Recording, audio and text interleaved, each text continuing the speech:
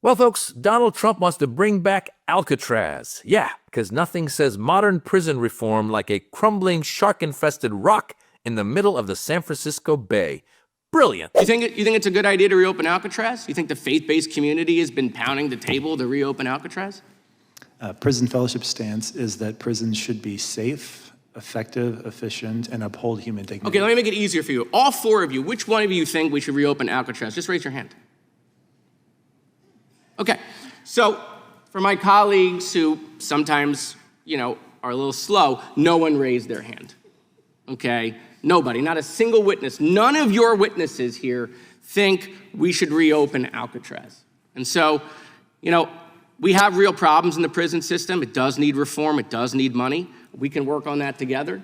But the president puts out Alcatraz as a distraction. That was Congressman Moskowitz asking these witnesses at the Bureau of Prisons hearings if any of them thought it's a good idea to open Alcatraz. And it was crickets, folks. Crickets. But Trump is not taking the hint. He's out here trying to say that Alcatraz is the best comeback story of the year. How did you decide to reopen Alcatraz? Can you walk us through that decision? Did I say what? To reopen Alcatraz, how will you use it? How did you come up with the idea? Well, I guess I was supposed to be a movie maker. We started with the movie making and we'll end. I mean, it represents something very strong, very powerful in terms of law and order. Our country needs law and order.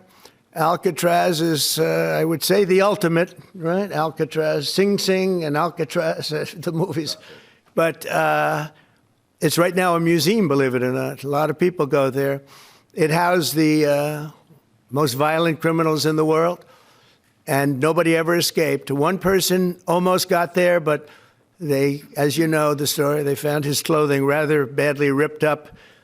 And it was a lot of shark bites, a lot of problems. Sir, what made you decide to open Alcatraz? Well, I should be making movies is what I should be doing. What is he talking about? You know what he's talking about? I think he's talking about the movie Escape from Alcatraz, where he might have seen some guy get eaten by a shark or something. We don't even know what he's talking about. Nobody knows how this idea came to him. But it could have been because he was watching Escape from Alcatraz. Congresswoman Pelosi, she had a different thought. She said Alcatraz closed as a federal penitentiary more than 60 years ago. It is now a very popular national park and major tourist attraction. The president's proposal is not a serious one. Is this something that is being discussed loosely, or is there a plan to actually make this happen? Our country, Dana, was founded on innovation and out-of-the-box ideas, and I think that this is a great idea from President Trump. He also mentioned in that post that this is symbolism, just like Guantanamo Bay. Historically, Alcatraz was used to house the worst of the worst, and that's exactly what we're doing at Guantanamo Bay and could potentially do at Alcatraz as well. That was Tricia McLaughlin from Department of Homeland Security calling the idea innovative and out of the box. I think she meant out of his mind. It's not innovative to bring back this prison that's been sitting there for years and years from the 30s. It's been abandoned. It's a museum. He said it himself. He said it himself. Are these people crazy? He wants to reopen that prison, turn it back into a penitentiary, saying that it would serve as a symbol of law, order, and justice. It closed in 1963, in part because it was also cost prohibitive to keep operating. The president says that he wants this to be a symbol of security in the United States, but I'll just note, the year before it closed, 3 men escaped from Alcatraz. No one knows where they ended up. The current Supermax prison in Florence, Colorado, has never had a prisoner escape. There's CNN breaking it down, why it was closed in the first place, because it's cost prohibitive and it was outdated. And by the way, we have those 3 men who escaped. Nobody knows what happens to them. Did they die? Did they make it? We don't know.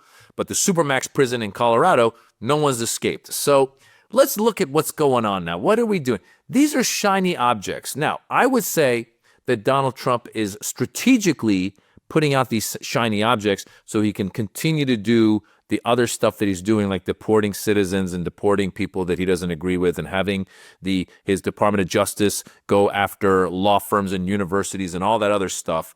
That's what I would say. However, I'm not sure if he's that smart. I honestly think that he saw the movie Escape from Alcatraz. The New York Times actually did an article about how the movie was playing on a network or a station in Florida while Trump was there in Florida the weekend that he came up with the idea. So it's very possible he caught that. Clint Eastwood, oh, wow, look at this. Why don't we have Alcatraz? He's sitting in his little screening room, turning around. Why isn't Alcatraz? Let's open Alcatraz.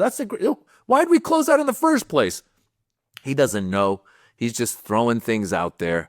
Zero logic. And just sounds like a great thing. You know, this sounds like a great idea. Alcatraz will house the worst of the worst, right? Well, you talk to anybody, the problem is we're wasting time right now discussing this while his tariffs are ruining the economy, while we're losing our allies, Canadian allies, European allies, while the war continues to go on in Ukraine and Russia and the war in Gaza, while serious things are happening. India and China are on the brink of war, and Donald Trump is suggesting we reopen Alcatraz. Now, first of all, a couple of things.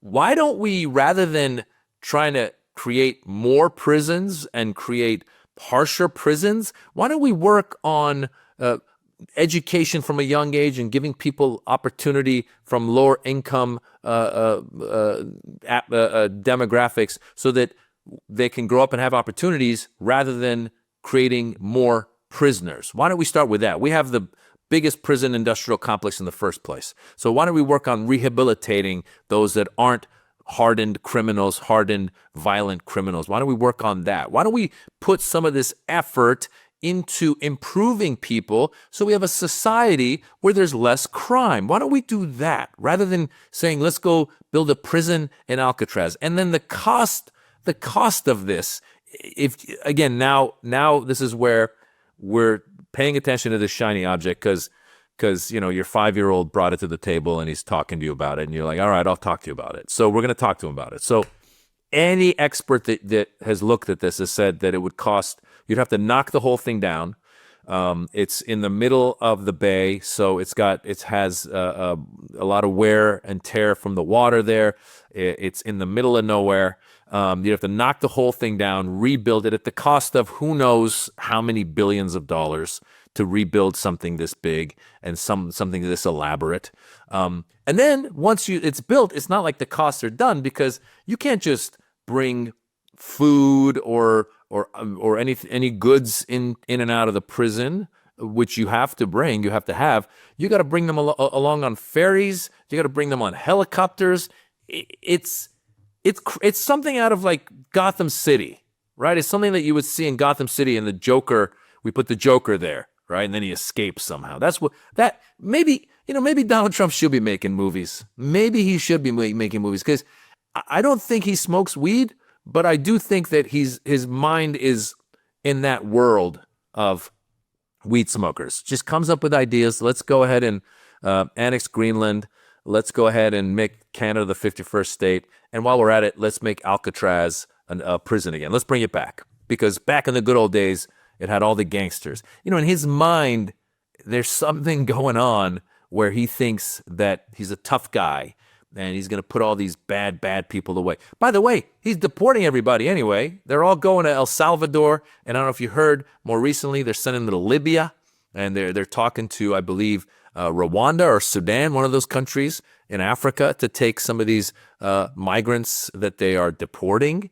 And so there's not going to be anyone left to put in Alcatraz, because everyone's going to be sent to other countries. And by the way, you have modern maximum security prisons like the one in Colorado and elsewhere. Are people escaping from prisons on a daily basis? I don't think this is a thing. I really don't think this is a thing. I mean, sure, once in a while you have something happens and a manhunt happens, and of course that's going to happen. But is it a common thing where we need to come up with a prison in Alcatraz? I mean, what is he talking about? When was this a problem?